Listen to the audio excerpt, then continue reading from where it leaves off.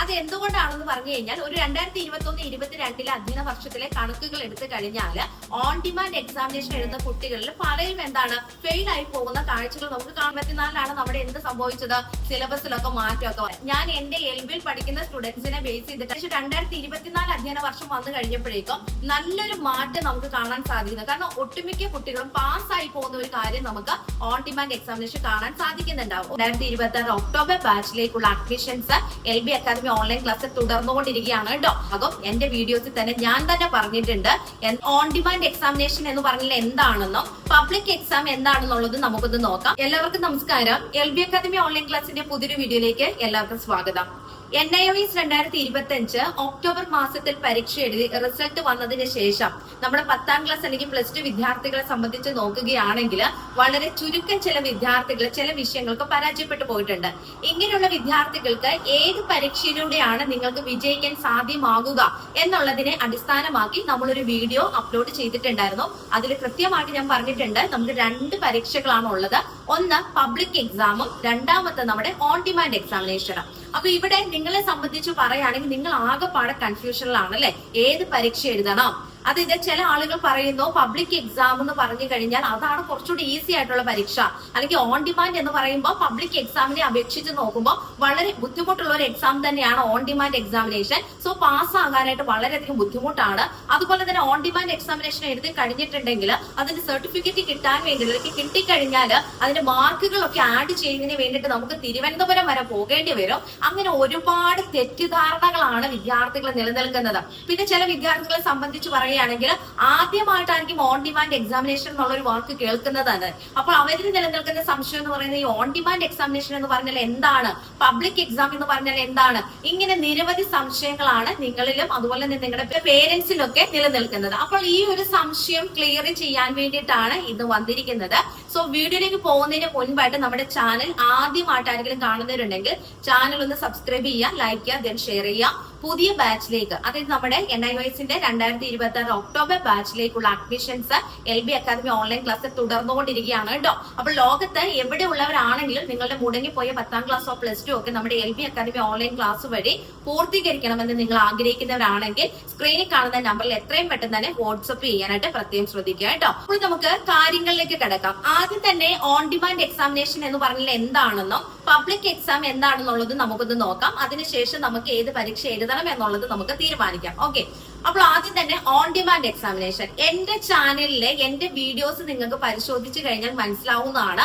ഒരു 2021-22 അധ്യയന വർഷത്തിലൊക്കെ ഞാൻ തന്നെ പറഞ്ഞിട്ടുണ്ട് ഓൺ ഡിമാൻഡ് എക്സാമിനേഷനേക്കാളും ഏറ്റവും നല്ല പരീക്ഷ എന്ന് പറയുന്നത് പബ്ലിക് എക്സാം എഴുതുന്നതാണ്. പബ്ലിക് എക്സാം എഴുതുന്നതായിരിക്കും കുറച്ചുകൂടെ ബെറ്റർ. കാരണം ഓൺ ഡിമാൻഡ് എക്സാമിനേഷൻ എഴുതി കഴിഞ്ഞാൽ അതിനോട് ഞാൻ വലിയ യോജിക്കുന്നില്ല എന്ന് ഞാൻ തന്നെ പറഞ്ഞിട്ടുണ്ട്.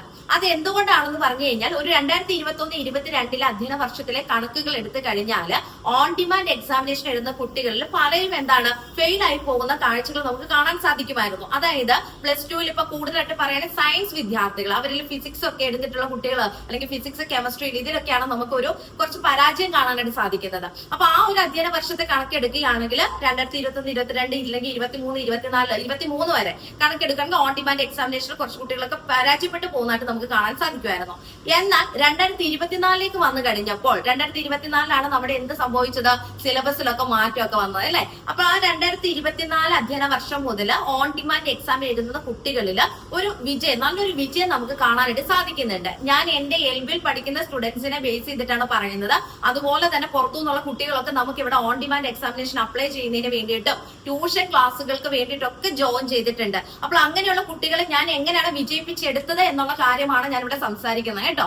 അപ്പോൾ ഈ ഒരു ഓൺ ഡിമാൻഡ് എക്സാമിനേഷൻ 2024 അധ്യയന വർഷം വന്നു കഴിഞ്ഞപ്പോഴേക്കും നല്ലൊരു മാറ്റം നമുക്ക് കാണാൻ സാധിക്കുന്നത്. കാരണം ഒട്ടുമിക്ക കുട്ടികളും പാസ്സായി പോകുന്ന ഒരു കാര്യം നമുക്ക് ഓൺ ഡിമാൻഡ് എക്സാമിനേഷൻ കാണാൻ സാധിക്കുന്നുണ്ടാവും. ഒരു പക്ഷെ ചിലപ്പോൾ ആ ടൈമിൽ സിലബസ് മാറ്റമൊക്കെ വന്നതുകൊണ്ടാണോ എന്ന് എനിക്ക് അറിയില്ല. പക്ഷെ എങ്കിൽ പോലും മുൻപുള്ള വർഷത്തെ വെച്ച് നോക്കുമ്പോൾ 2024 വന്നു കഴിഞ്ഞപ്പോഴേക്കും ഒരുപാട് മാറ്റം വന്നു. ഓൺ ഡിമാൻഡ് എക്സാമിനേഷൻ എഴുതി ഒരുപാട് കുട്ടികൾ പാസ്സായി പോകുന്നതായിട്ട് നമുക്ക് കാണാൻ സാധിക്കുന്നുണ്ടായിരുന്നു. ഇനി ഓൺ ഡിമാൻഡ് എക്സാമിനേഷൻ പബ്ലിക് എക്സാമിനെ അപേക്ഷിച്ച് നോക്കുമ്പോൾ ബുദ്ധിമുട്ടാണോ എന്ന് ചോദിച്ചു കഴിഞ്ഞാൽ ഇപ്പോൾ നിലവിലെ ബുദ്ധിമുട്ടൊന്നുമില്ല. കാരണം എന്താണെന്ന് വെച്ചാൽ രണ്ട് പരീക്ഷയും ഏകദേശം ഒരുപോലെയൊക്കെ തന്നെയേ ഉള്ളൂ. പബ്ലിക് എക്സാമിന്റെ പാറ്റേൺ, ക്വസ്റ്റ്യൻ പേപ്പറിന്റെ പാറ്റേൺ എപ്രകാരമാണോ അതേപോലെ തന്നെയാണ് ഓൺ ഡിമാൻഡ് എക്സാമിനേഷന്റെ ക്വസ്റ്റ്യൻ പേപ്പറിന്റെ പാറ്റേൺ എന്ന് പറയുന്നത്. നമുക്ക് MCQ ഉണ്ട്, ഒബ്ജക്റ്റീവ് ഉണ്ട്, അതുപോലെ തന്നെ short, very short, essay type, ഈ രീതിയിൽ തന്നെയാണ് നമ്മുടെ ക്വസ്റ്റ്യൻ പേപ്പർ വരുന്നത്. സോ രണ്ട് എക്സാം വെച്ച് നോക്കുമ്പോൾ കമ്പയർ ചെയ്യുമ്പോൾ ബുദ്ധിമുട്ടുണ്ടോ എന്ന് ചോദിച്ചു കഴിഞ്ഞാൽ അങ്ങനെ വലിയ ബുദ്ധിമുട്ടായിട്ട് എനിക്ക് തോന്നിയിട്ടില്ല. രണ്ട് സിലബസും സെയിം സിലബസ് അല്ലെങ്കിൽ സെയിം ക്വസ്റ്റ്യൻ പേപ്പർ പാറ്റേൺ ഒക്കെ തന്നെയാണ് ഫോളോ അപ്പ് ചെയ്തു പോകുന്നത് കേട്ടോ. അതുകൊണ്ട് ബുദ്ധിമുട്ടെന്നുള്ള രീതിയിൽ നമുക്ക് പറയാനിട്ടില്ല എന്ന സാരം. ഇനി അതുപോലെ തന്നെ മറ്റൊരു പ്രധാനപ്പെട്ട കാര്യം, ഓൺ ഡിമാൻഡ് എക്സാമിനേഷൻ എന്ന് പറയുമ്പോൾ എല്ലാ ജില്ലയിലും നമുക്ക് പരീക്ഷാ കേന്ദ്രമില്ല. ഞാൻ പറഞ്ഞിട്ടുള്ള വീഡിയോസിൽ 3 ജില്ലകളായിരുന്നു ഞാൻ സൂചിപ്പിച്ചിട്ടുള്ളത്. 3 ജില്ലയല്ല, നമുക്ക് വരുന്നത് കോഴിക്കോട് വരുന്നുണ്ട്, കണ്ണൂർ വരുന്നുണ്ട്, അതുപോലെ തന്നെ എറണാകുളം വരുന്നുണ്ട്, തിരുവനന്തപുരം വരുന്നുണ്ട്. ഈ 4 ജില്ലകളിലാണ് ഓൺ ഡിമാൻഡ് എക്സാമിനേഷൻ നടത്തപ്പെടുന്നത്. സോ അതുകൊണ്ട് തന്നെ എല്ലാ ജില്ലയിലും പരീക്ഷാ കേന്ദ്രം ഇല്ല എന്നുള്ള കാര്യങ്ങൾ നിങ്ങൾ മനസ്സിലാക്കാം. ഈ 4 ജില്ലകളിലാണ് പരീക്ഷാ കേന്ദ്രം ഉള്ളത്. ഈ 4 ജില്ലകളിൽ വെച്ചിട്ടാണ് പരീക്ഷകൾ നടത്തപ്പെടുന്നതോ.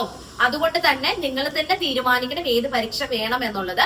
കൂടാതെ മറ്റൊരു പ്രത്യേകത എന്ന് പറയുന്നത്, നമുക്കിപ്പോ ഓൺ ഡിമാൻഡ് എക്സാമിനേഷന് അപ്ലൈ ചെയ്യേണ്ട സമയമാണ് ജനുവരി മാസം, ഫെബ്രുവരി മാസം, മാർച്ച് മാസം. ഈ 3 മാസങ്ങളിലാണ് പരീക്ഷ നടത്തപ്പെടുന്നത്. ഈ 3 മാസങ്ങളിലെ ഡേറ്റുകൾ നമുക്ക് തന്നെ ചൂസ് ചെയ്തുകൊണ്ട് നമുക്ക് പരീക്ഷ എഴുതാനായിട്ട് സാധിക്കുന്നതാണ്. അപ്പോൾ തന്നെ ഹോൾ ടിക്കറ്റും കാര്യങ്ങളൊക്കെ നമുക്ക് കിട്ടും. അപ്പൊ ആ ഒരു ഹോൾ ടിക്കറ്റുമായി നമ്മൾ പരീക്ഷാ കേന്ദ്രത്തിൽ പോകുന്നു, പരീക്ഷ എഴുതുന്നു. ഈ ഒരു രീതി തന്നെയാണ് നമ്മൾ ഫോളോ ചെയ്യുന്നത് കേട്ടോ. അപ്പോൾ നിങ്ങൾ ഓൺ ഡിമാൻഡ് എക്സാമിനേഷൻ അപ്ലൈ ചെയ്യാൻ ഉദ്ദേശിക്കുന്നവരാണെങ്കിൽ എത്രയും പെട്ടെന്ന് തന്നെ LBA കോൺടാക്ട് ചെയ്യുക. അപ്പൊ നിങ്ങൾക്ക് ഞാൻ ഇവിടെ നിന്ന് അതിന്റെ രജിസ്ട്രേഷനും ഇനി ക്ലാസ്സുകൾ വേണമെന്നുണ്ടെങ്കിൽ ഞാൻ അതിന്റെ ക്ലാസ്സുകളും കാര്യങ്ങളൊക്കെ നിങ്ങൾക്ക് സെറ്റ് ചെയ്ത് ഇവിടുന്ന് തരുന്നതായിരിക്കും.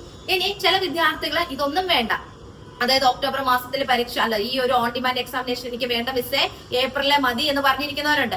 അങ്ങനെയുള്ളവരെ ഏപ്രിൽ മാസത്തിൽ പരീക്ഷ എഴുതുക, യാതൊരു പ്രശ്നം വരുന്നില്ല കേട്ടോ. അപ്പൊ 2026 ഏപ്രിൽ ബാച്ചിലേക്ക് നിങ്ങൾ പരീക്ഷ ഫീസ് അടയ്ക്കാനായിട്ട് ഇപ്പൊ സൈറ്റ് ഒന്നും ഓപ്പൺ ആയിട്ടില്ല. അപ്പൊ സൈറ്റ് ഓപ്പൺ ആയി കഴിയുമ്പോൾ 2026 ഏപ്രിൽ മാസത്തിൽ പരീക്ഷ എഴുതാൻ ഉദ്ദേശിക്കുന്നവരാണെങ്കിൽ സൈറ്റ് ഓപ്പൺ ആയി കഴിയുമ്പോൾ അതിലേക്ക് പരീക്ഷ ഫീസ് അടച്ച് നിങ്ങൾക്ക് വരാൻ പോകുന്ന ഏപ്രിലിൽ ഈ പരാജയപ്പെട്ടു പോയ പരീക്ഷകൾ നിങ്ങൾക്ക് എഴുതിയെടുക്കാനായിട്ട് സാധിക്കും. അപ്പോൾ നിങ്ങൾ തന്നെ ചൂസ് ചെയ്യുക ഓൺ ഡിമാൻഡ് എക്സാമിനേഷൻ വേണോ അതോ നമ്മുടെ പബ്ലിക് എക്സാം എഴുതണോ വേണ്ടയോ എന്നുള്ളത്. അപ്പൊ അതായത് 2 എക്സാം ആയാലും നമുക്ക് യാതൊരു പ്രശ്നവും ഇല്ല കേട്ടോ. ഇപ്പൊ ഞാൻ ആരും നിർബന്ധിക്കുന്നില്ല. ചില കുട്ടികൾ എന്ന് പറഞ്ഞു കഴിഞ്ഞാൽ നമുക്കറിയാലോ, ഇപ്പൊ എവിടെയെങ്കിലും ഒക്കെ അഡ്മിഷനൊക്കെ വേണ്ടിയിട്ട് സീറ്റ് ബുക്ക് ചെയ്തിട്ടേക്കുമായിരിക്കും. അപ്പൊ അങ്ങനെ വരുമ്പോൾ സ്വാഭാവികമായിട്ട് നമുക്ക് ഏപ്രിലിൽ പരീക്ഷ എഴുതി ഏപ്രിൽ മാസത്തിലെ സർട്ടിഫിക്കറ്റ് കിട്ടിയാൽ മതി എന്ന് പറഞ്ഞ് ഇരിക്കാൻ പറ്റത്തില്ല അല്ലെ. ഓൾറെഡി നമ്മൾ പൈസ ഒക്കെ കൊടുത്ത് അല്ലെങ്കിൽ അങ്ങനെയൊക്കെ ചെയ്തിട്ടുള്ള ആൾക്കാർ, പൈസ ഒക്കെ കൊടുത്ത് ഡൊണേഷൻ ഒക്കെ കൊടുത്തിട്ടൊക്കെ എവിടെയൊക്കെ അഡ്മിഷൻ വാങ്ങിച്ചിട്ടുള്ള ആൾക്കാരുണ്ട്. അപ്പൊ അങ്ങനെയുള്ളവർക്ക് ഈ ബാച്ചിൽ തന്നെ എന്താണ് സർട്ടിഫിക്കറ്റ്സ് വേണ്ടി വരും അല്ലെ.